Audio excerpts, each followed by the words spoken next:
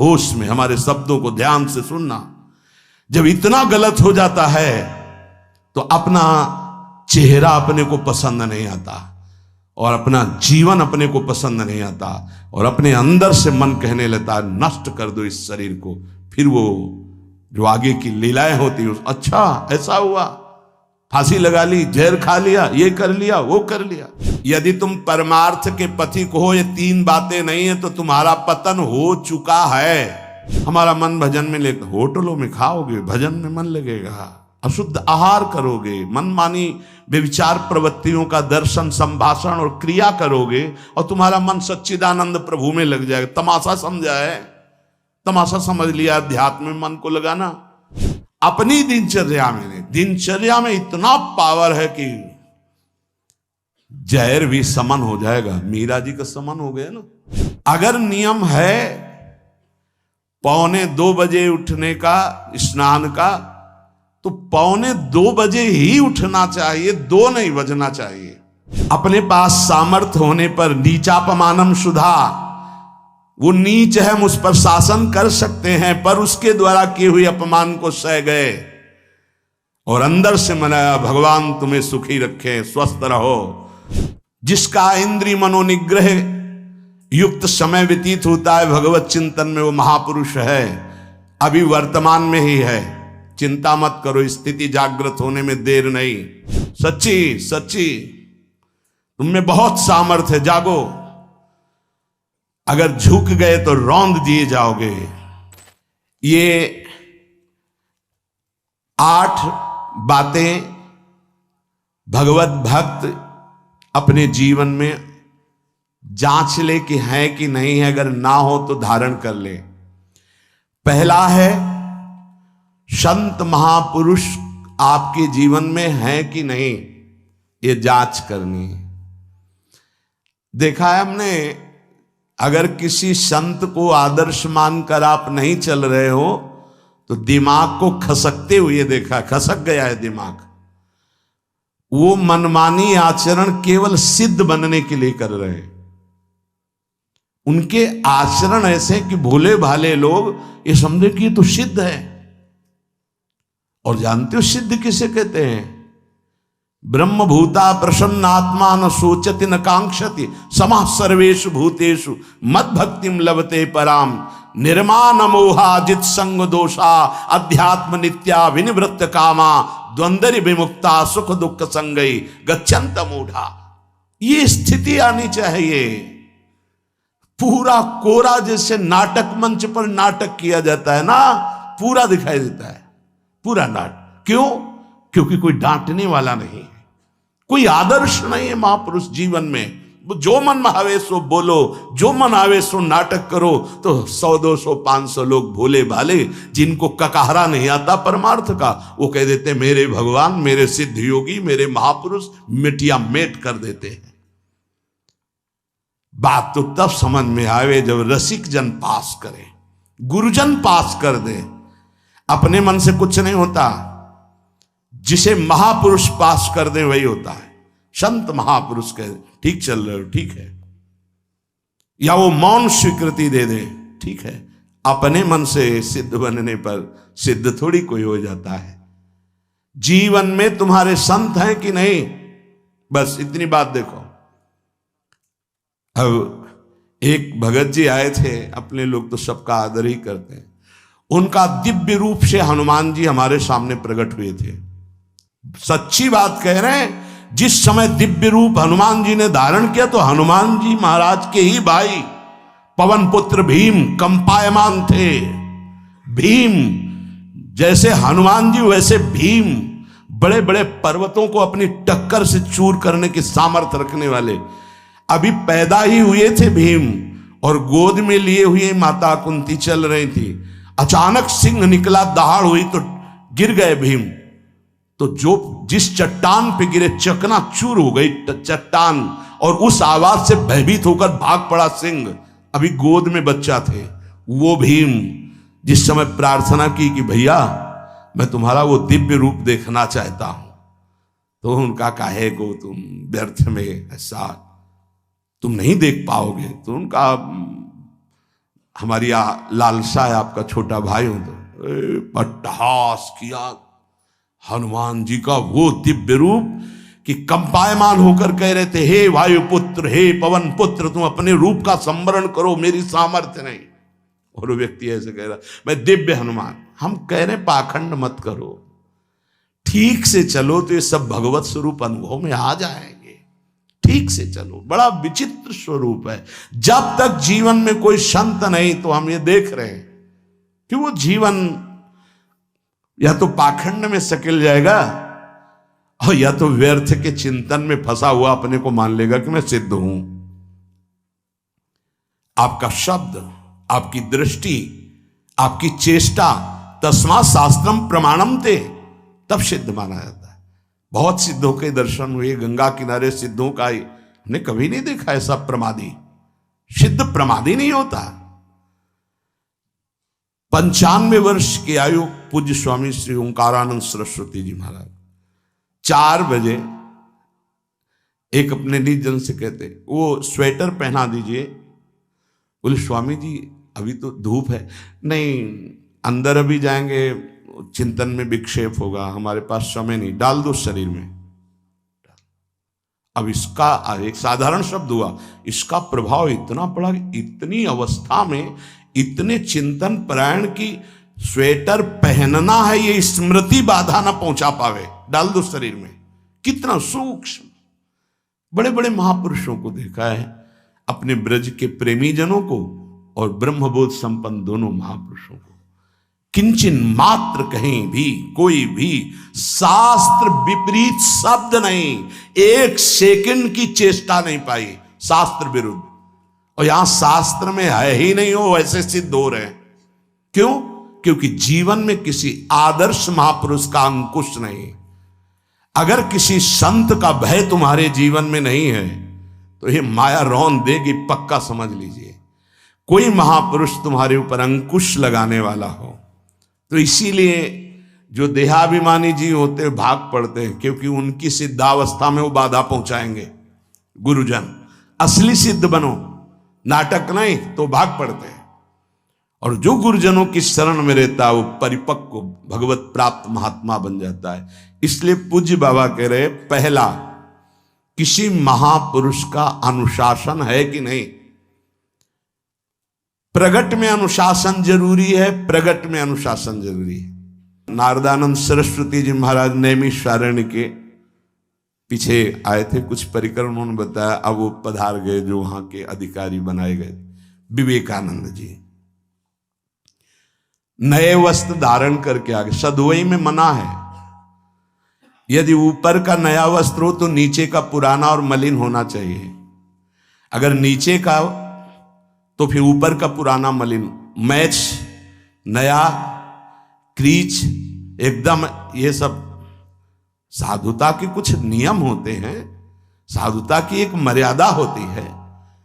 तो वो दोनों नए पहन करके आ गए, भूल हो गई उनसे, देखा शिष्य। और नैष्ठिक ब्रह्मचर्य में सफेद कपड़े पहनाए जाते, तो और वो खिले हुए ऐसे बांधे, ऐसे सब उनकी दृष्टि गई। लाख लाख जहां बैठकर सत्संग सुनते हैं स्वामी श्री नारदानंद सरस्वती जी, बड़े ही महापुरुष थे, अपार भीड़।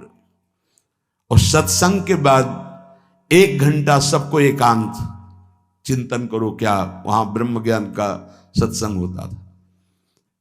प्रातःकालीन बेला पे जैसे अपने यहाँ सत्संग होता है, वहां थोड़ा विलंब होता था, 5:30 बजे। जो निज जनों का वो योग वासिष्ठ से कैसे तुम्हें बताएं, जो उस सभा में बस यही लगता है कितनी जल्दी देह राख छूटे और अपने स्वरूप में महापुरुषों का वचन का प्रकाश होता है। एक सत्संग होता था सामूहिक सब लोगों को, एक होता था पर्सनल, जो दिव्य साधक हैं केवल वही बैठ सकते हैं, अन्य नहीं। ऐसे पूज्य बाबा के यहाँ भी एक होता था पर्सनल ज्ञान का और एक होता था सामूहिक प्रवचन। तो उस समय सामूहिक सत्संग चल रहा था, काफी सब समाज लाखों की थी। देखा दूर से, एक शिष्य से कहा गौशाला में जाओ, गोबर को गीला कर दो। उनसे कहा विवेकानंद गोबर की छवियां भर करके यहां खड़े हो सत्संग के पास, अब वहां नन नच हो नहीं सकता। और गीला गोबर तो जो 2 घंटा सत्संग हुआ पूरा टप टप ऐसे कपड़ों में पूरी हालत बिगड़ गई। क्या था ये? संत शासन। अब दोबारा वो गलती नहीं होगी, समझाने की जरूरत नहीं, अब समझ गए कि हमसे गलती क्या हुई। संत शासन नहीं है तो ये मन बहुत विचित्र है, बहुत विचित्र है। इसीलिए पहला जो भी परमार्थ का पति को, चाहे ज्ञान मार्ग का, योग मार्ग का, किसी योग मार्ग की लौकिक ऊंचाई पर पहुंचे हुए कि गुरुदेव आए और उन्होंने कहा कि किसी कारण से शिष्य बढ़ जाए और अपने गुरुदेव की अवहेलना करे तो उसकी गति क्या होगी? उनका दुर्गति।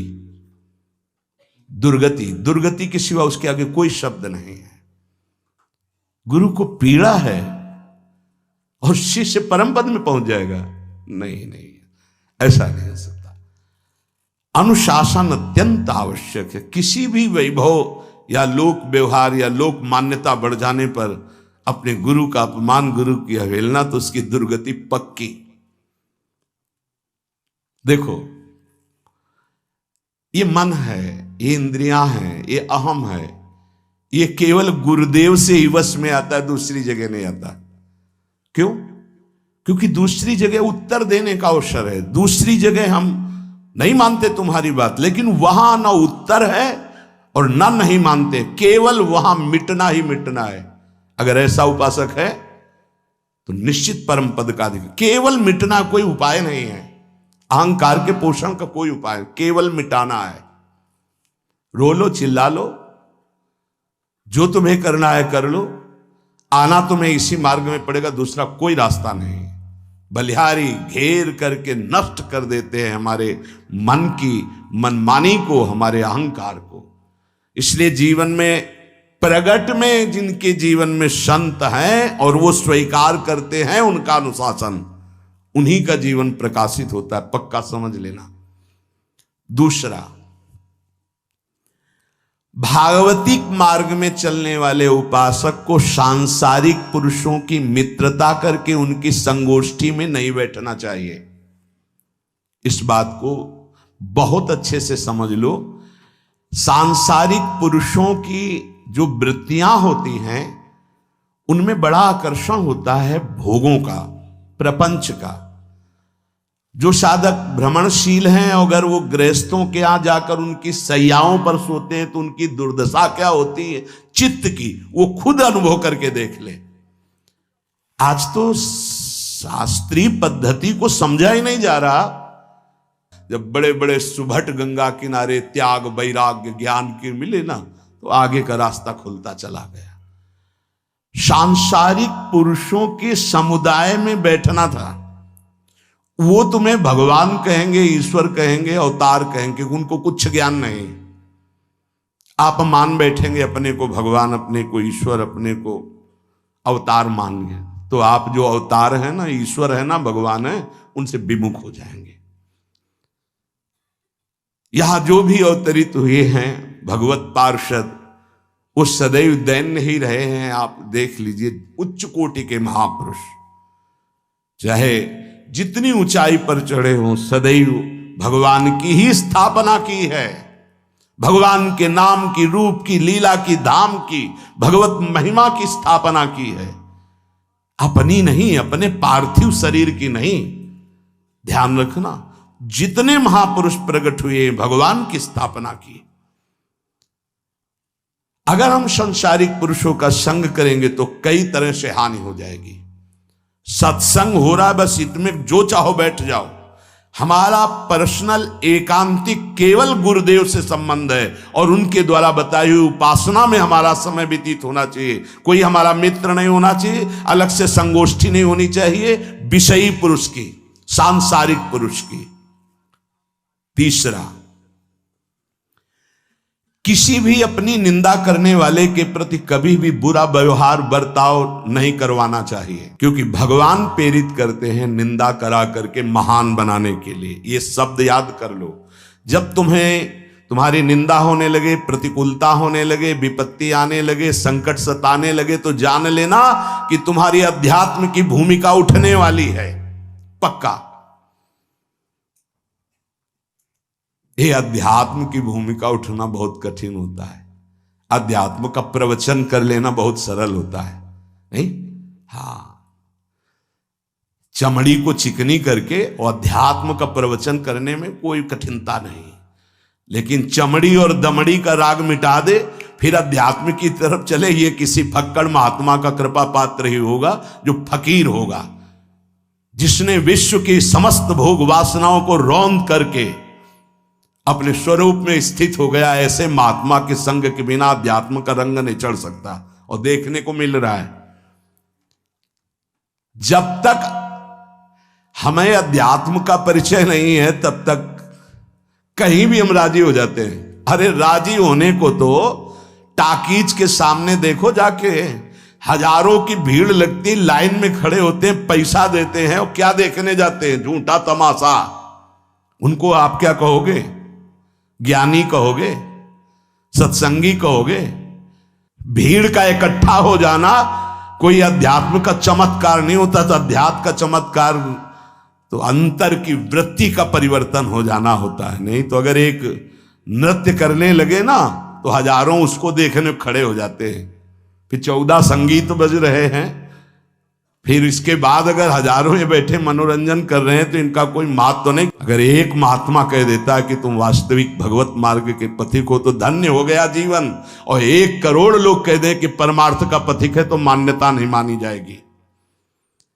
ये अध्यात्म है। अध्यात्म इसीलिए कह रहे हैं कि सांसारिक पुरुषों की संगोष्ठी में रति न करे। तीसरी, अपनी जब कोई निंदा करे तो उसका भला जरूर मना देना, बुरा मत मना देना, नहीं तो अध्यात्म छूट जाएगा। अपने पास सामर्थ्य होने पर नीचापमानम सुधा, वो नीच है, हम उस पर शासन कर सकते हैं, पर उसके द्वारा किए हुए अपमान को सह गए और अंदर से मनाया, भगवान तुम्हें सुखी रखे, स्वस्थ रहो, और कभी भी हम आपका विरोध नहीं करेंगे। जब अवसर मिले तब फिर हमारी निंदा करना, भगवान तुम्हें स्वस्थ रखे, तुम्हारा कभी अमंगल न हो। ध्यान रखना अध्यात्म। चौथा, अपने मुख से कभी किसी की निंदा ना करना।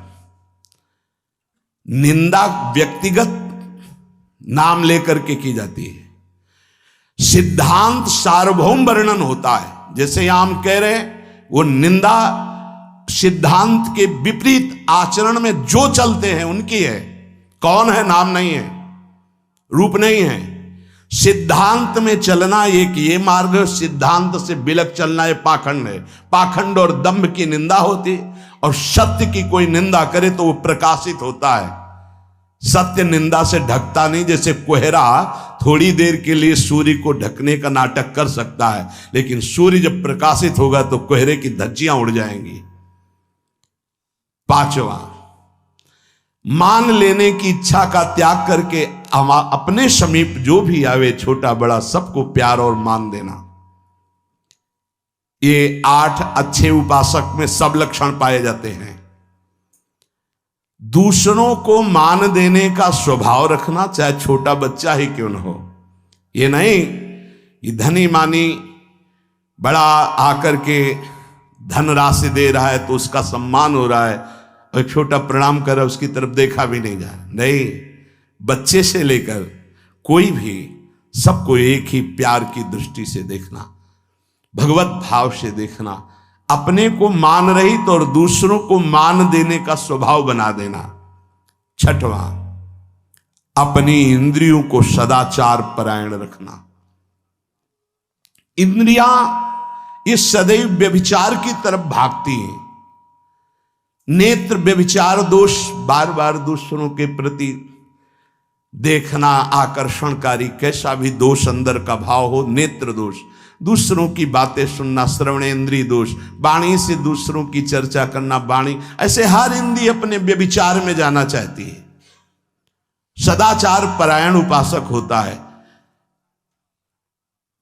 कल की बात है, कल चिंतन हो रहा था श्रीमद् भगवत गीता जी का।